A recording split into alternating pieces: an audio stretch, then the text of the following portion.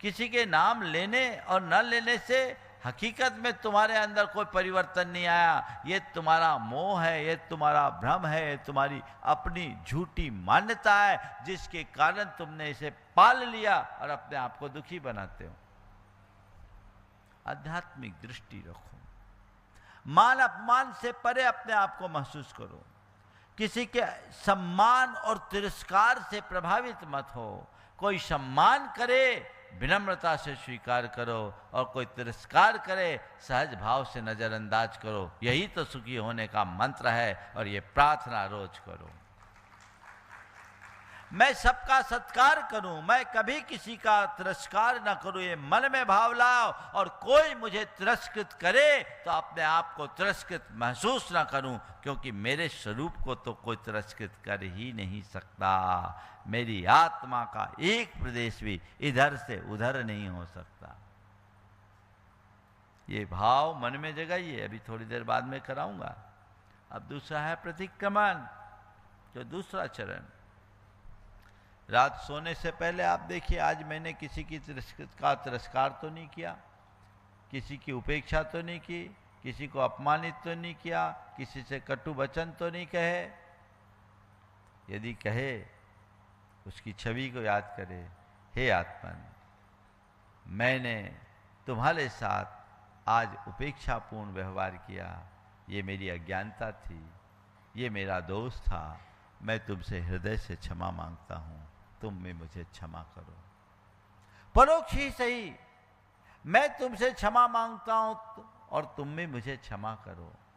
और यदि ऐसा लगता है आज दिन भर से किसी ने मेरी उपेक्षा की, तो उसके प्रति भी कहो, ठीक है, मैं तुम्हारी भी प्रति मंगल कामना करता हूं, तुम्हारे लिए भी क्षमा करता हूं, तुम भी मुझे क्षमा करो। मन को साफ कर दो।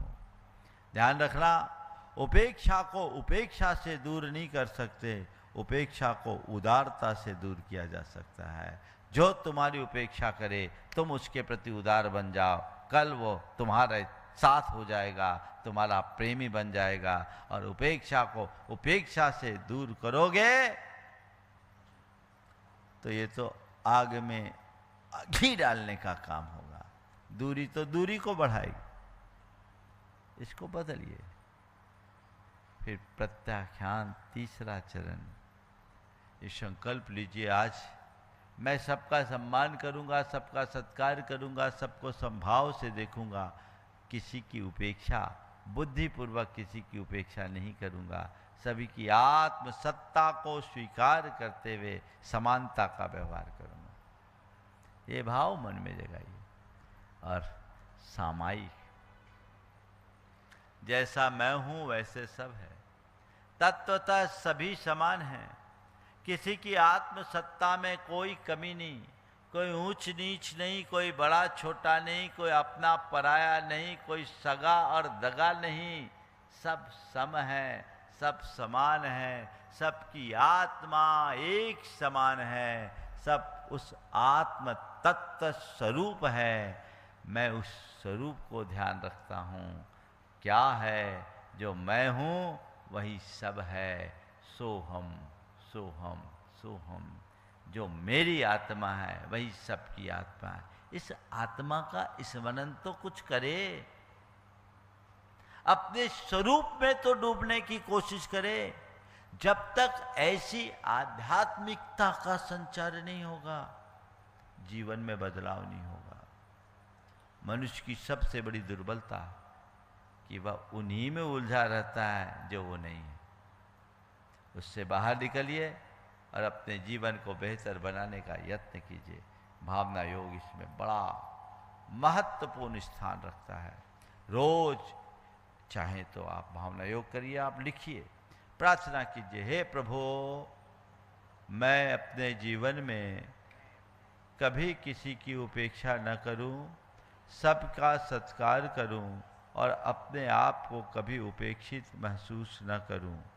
मैंने इस जीवन में किसी की उपेक्षा की हो तो मैं उससे हृदय से क्षमा मांगता हूँ, अपनी ओर से क्षमा करता हूँ। मैं सबके प्रति प्रेम और सद्भाव से जीऊँगा, सबके गुणों का अभिवादन करूँगा।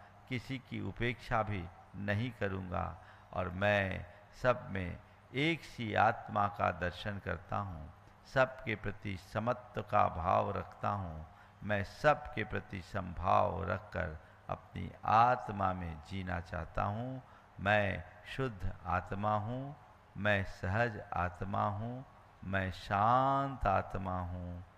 शुद्धोहम सहजोहम शांतोहम सोहम सोहम सोहम।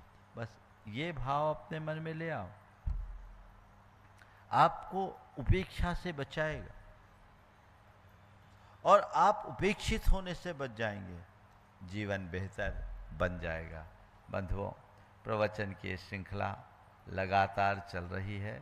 अभी आने वाले 8 दिनों तक उ अक्षर पर ही हमारा ये विवेचन चलेगा। कल हमने उत्तेजना की बात की, आज उपेक्षा की बात की, कल आप सबके मध्य अगले चरण की बात होगी। क्या होगी? जो आपके भाग्य में होगा, लेकिन एक एक शब्द अपने जीवन में परिवर्तनकारी होगा, रूपांतरणकारी होगा। आप इन बातों को केवल सुने नहीं। हाँ हाँ, क्या ठीक है, निकल जाएगा। 10 दिन तो चलेगा, 12 दिन 15 दिन भी हो सकता है।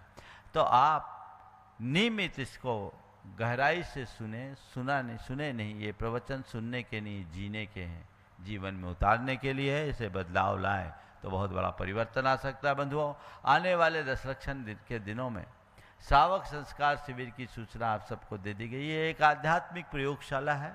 10 दिन तक आप अपने जीवन पे आमूल चूल परिवर्तन करना चाहते हैं तो ये मान करके चलिए कि दशलक्षण में 10 दिन हम गुरुवर के साथ रहेंगे।